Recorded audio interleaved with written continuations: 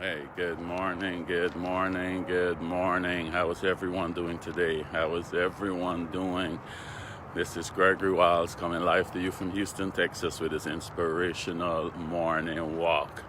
The inspirational morning walk. First time listeners, I just get some exercise in the morning and I just share my thoughts with you guys. Whatever I'm inspired to talk about that day, I will share with you guys, man. But such a beautiful day here. Tessa, good morning, good morning. Such a beautiful day here this time of the year. That's the beauty about Houston, Texas, man. In the winter time, we can still get some nice days, some beautiful days. It's just around about mid-60s right now. It don't get better than this. You don't got to deal with all that humidity. You don't got to deal with none of the pollen and all the good stuff. This is a beautiful time right now. So I'll get some really good walking in, man.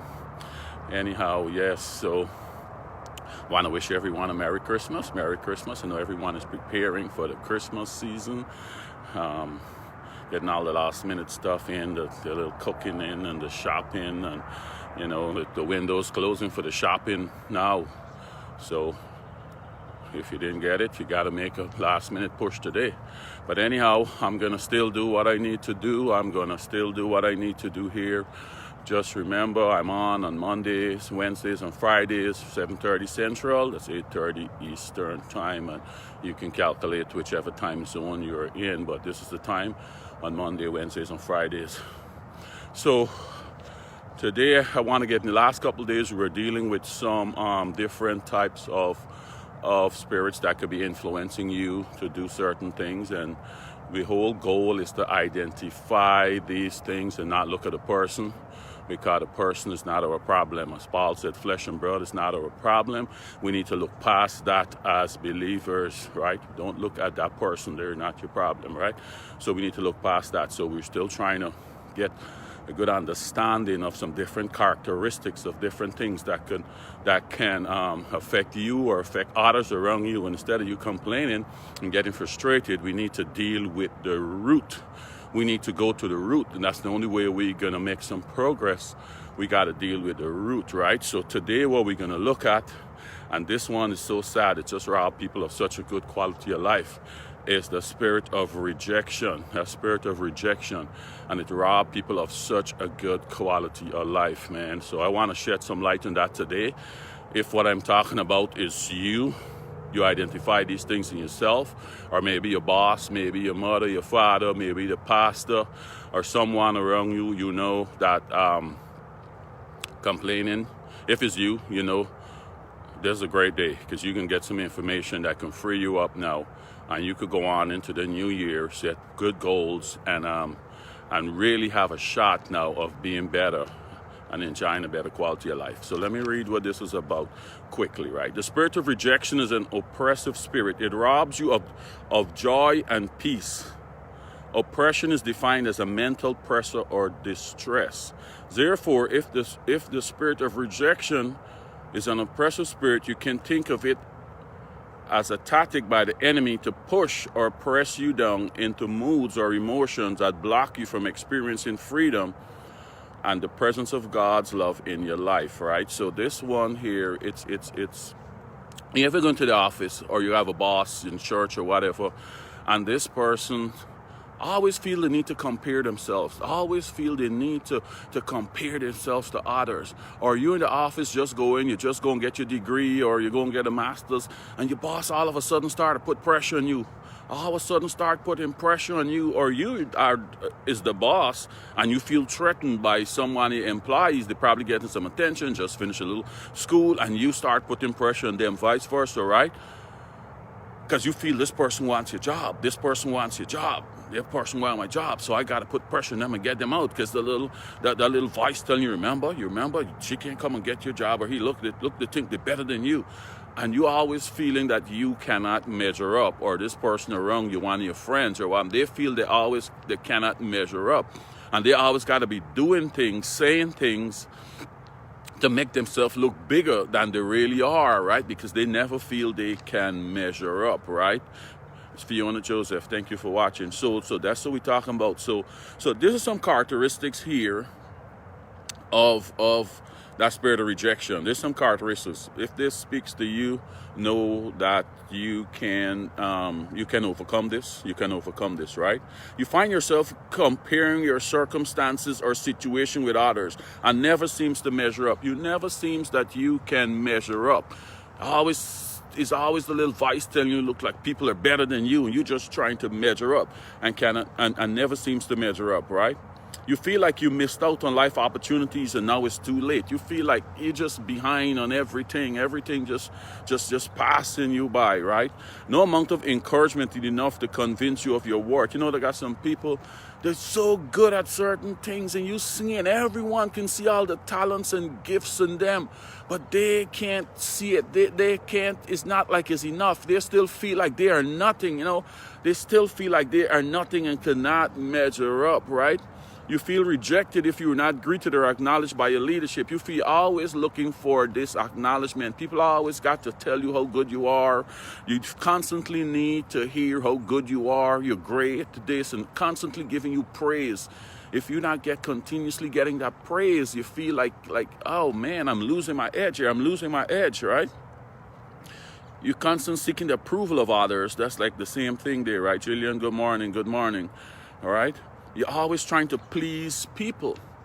You're always trying to please people because you always want to do good for people so you can get on people's good side. People can talk good about you. Always trying to people pleasing. Always going out your way to please people so people can like you. You're trying to more so buy their love or buy their friendship, right? You're always trying to prove yourself in public. You go somewhere and you gotta make sure people know you are not stupid or dumb and you belong here. No one tells you anything. These people don't know you. But you just got to go out your way to prove to people that you belong here. I belong here. You always got to try to prove yourself. And no one can tell you nothing. This is all going on in your head. That spirit of rejection that's whispering in your ears. Look, everybody think they're better than you. They're better than you. You don't belong here. What are you doing here? You can't measure up to these people. These people got masters. You just got a bachelor. They got this and you don't have nothing. Or look, they got more experience than you. What are you doing here? That spirit always whispering in your ears, making you feel incompetent, making you feel less than. Renita, good morning. Making you feel less than all the time, right? So, so that's the job of the spirit of rejection, is to keep you feeling less than. It's to keep you feeling like you cannot measure up. You are not good. Everyone is better than you. You might be walking somewhere, going somewhere, doing whatever, and 2 or 3 people might be talking. You don't know them. They don't know you. They just might be talking, doing their own thing, and by the time you passing them or you in a close proximity of them, they just laugh out. They're having their own conversation. They don't even recognize you or there, and they might just laugh, and you think they're laughing at you. You're like, look at them, they're laughing at me. You get so upset, you think they're laughing at you, and those people don't even know you exist. They don't even know you exist, but you feel they're laughing and they're talking about you. Everything is about making you feel small, making you feel like you're less than, right? Always making you feel like you cannot measure up. And it might cause you to quit some things. You might go and start a program you're like, man, I don't belong here. I don't belong here. Everyone is better than me. Everyone is better than me. I don't belong here, you know? So, but these things, guys, everything is called a gateway, how these stuff can come in and how this stuff can have influence over you and begin the process of trying to,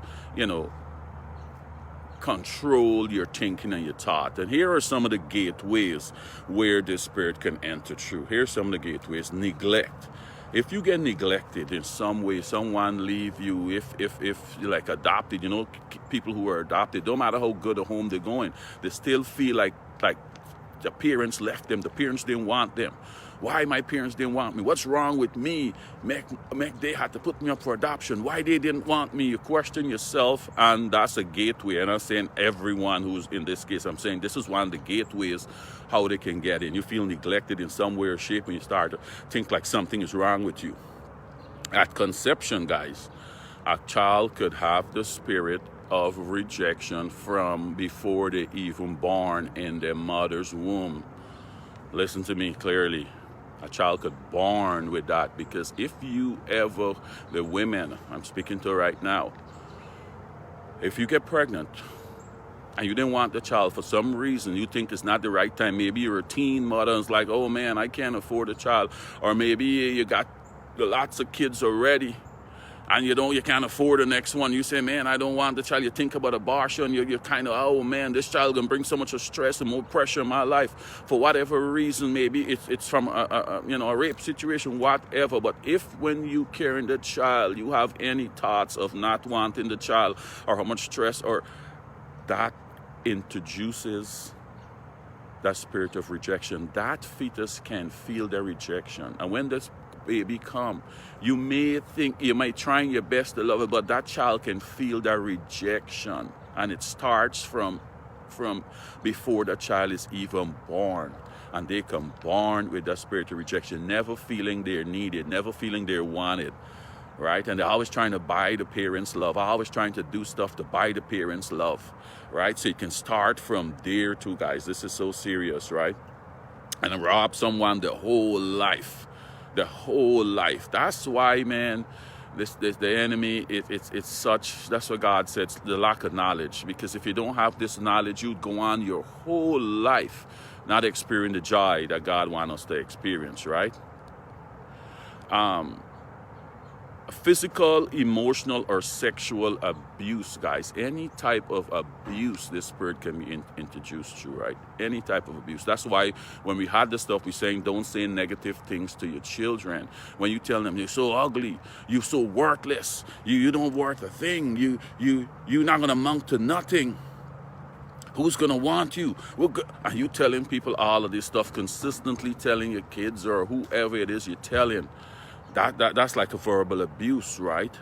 Emotional abuse. And they keep hearing they're less than, they're nothing, they're not good. Look at the neighbor cheering. Look at everybody else around you, how good they're doing. You're not doing nothing. And you consistently bringing them down, or your wife or your husband or whoever consistently keep pushing you down, pushing you down, pushing you down, pushing you down. That opens that door for that spirit of rejection to come on you. They always tell you, see, you're not good enough. You're not good enough. No one is going to want you. No one is going to, and then you're going to have troubles with relationships and all of that, because you're never feeling you can measure up. You're never feeling you can measure up. So that is serious. Sexual abuse too.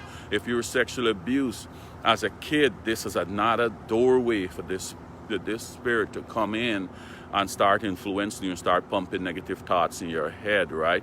Any one of these type of abuse, physical, emotional, or sexual abuse, is gateways for the spirit of rejection.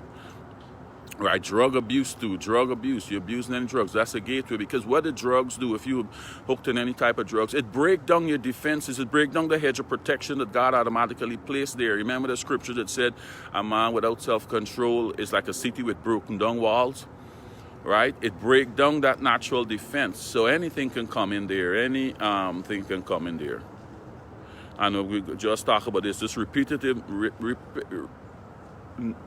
negative words or messages. If somebody would just talk about that, just keep telling you negative things all the time, especially coming from your parents, someone in authority over you that you trust, it coming from them. It's like you always never feel, my mama, because your mother and your father are supposed to be the only two people in the world, especially your mother, right? People used to make fun when we as kids going around saying you have a face only your mother would love. Your mother's supposed to love you, right? Your mother is the only person in the world supposed to love you. When you go out on the road and your kids make fun of you and you go home, mama's supposed to tell you it's okay, man. Mama is the only one supposed to tell you it's okay. You're pretty, you're beautiful. You don't worry with what people are saying. You're going to be great. And your mother's like, if you expect the one person is your mother to do that and give you that self-reassurance and confidence. But if she is the person or your parent, your father is the one putting you down, that's the two people you think that's supposed to have your back regardless, man. My parents supposed to have my back. And if that's the one who telling you you're no good, you're amount to nothing, you're useless, you're worthless, no one is going to want you, whose man is going to want you, you're going to never get married, you're this, you're that, everybody else is better than you, the neighbor kids are better than you, look what the neighbor kids doing, look what Johnny kids doing, look what Susie kids doing, look what you doing. Your parents telling you that, right? That's not good. Broken marriages or families. You know, some kids come out of from broken homes, right? Come out of some broken homes, and they, if they're that age or they're young, they're feeling that I did something, like daddy left or mommy and daddy, oh, maybe it's the time I didn't clean my room, that's what daddy get upset. You know, little kids formulate all of these things in their head because they're trying to take the responsibility. Maybe I did something, maybe daddy's leaving me, I did, daddy, if I go and clean my room, you'll come back. All of these things kids do because they take this responsibility like you're leaving them. When parents break up, kids think you are leaving them. They don't see the adults can't get along in this relationship, make the thing. They figure that parent that left is leaving them, and it encourages the spirit to come and influence them. All right.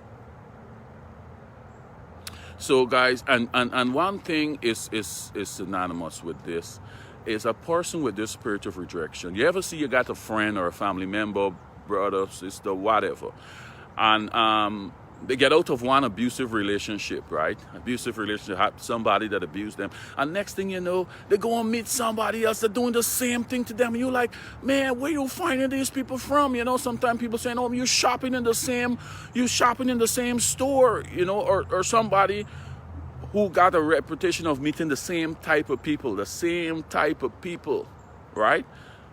So this spirit here of rejection is always be attracted to an abusive spirit. People might be attracted to someone that abuses them because it's like a match. It's like the spirit that we might get into, the Jezebel spirit or the controlling spirit.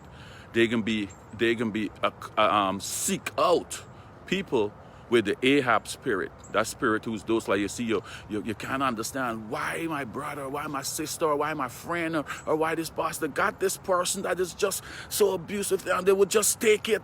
It's like they got to have this person around them, abusing them, like they can't do it out there, then everybody see. But they got to, and left that person to go and find the next one just the same. Because these spirits who are attracting each other, that's what they're comfortable with. A controlling person needs somebody who's going to follow their every order. They don't want somebody who's strong and put an opposition to them.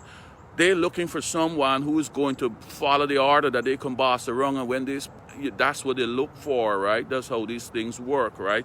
So a person with this spiritual rejection can always be attracted to an abusive spirit. Good morning, Sharon. Wong, how are you doing?